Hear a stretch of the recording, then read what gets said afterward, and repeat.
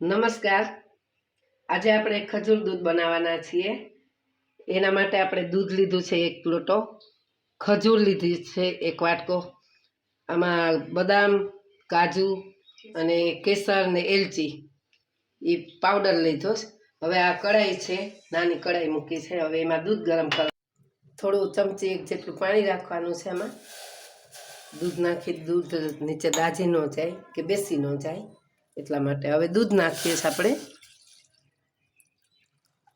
હવે એને ઉકળવા દેવાનું થોડી વાર, ધીમી આંચ, બહુ ફાસ્ટ નહીં રાખવાનો, બહુ ધીમો નહીં રાખવાનો। થોડું થોડું ઘાટું થવા માંડે પછી ખજૂર, બધું ખજૂર નાખવાનું, પછી કાજુ બદામ ને બધું નાખવાનું। થઈ ગયો છે, હવે આપણે ખજૂર નાખીએ એમાં।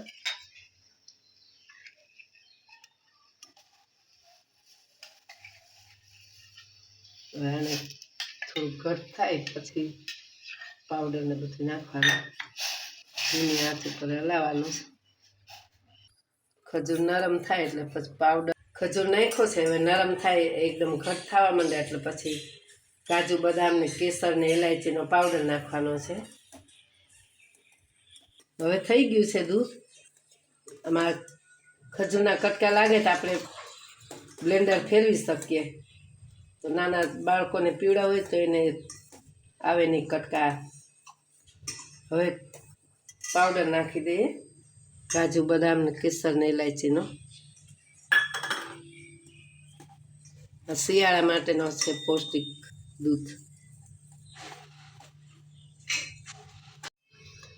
આપણે ખજૂર દૂધ તૈયાર છે। હવે થોડું ઠંડુ થાય પછી ગ્લાસમાં રાખશું આપણે। હવે ઉતારી લઈએ આપણે। હવે આ ઠંડુ થઈ ગયું છે, હવે ગ્લાસમાં આપણે ભરી લઈએ।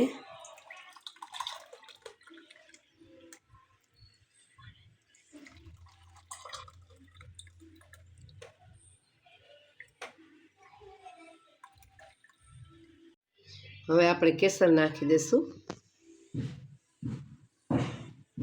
2 ગ્લાસમાં। હવે આ ખજૂર દૂધ તૈયાર છે। આવી નવી રેસીપી જોવા માટે અમારી ચેનલને ફોલો કરો।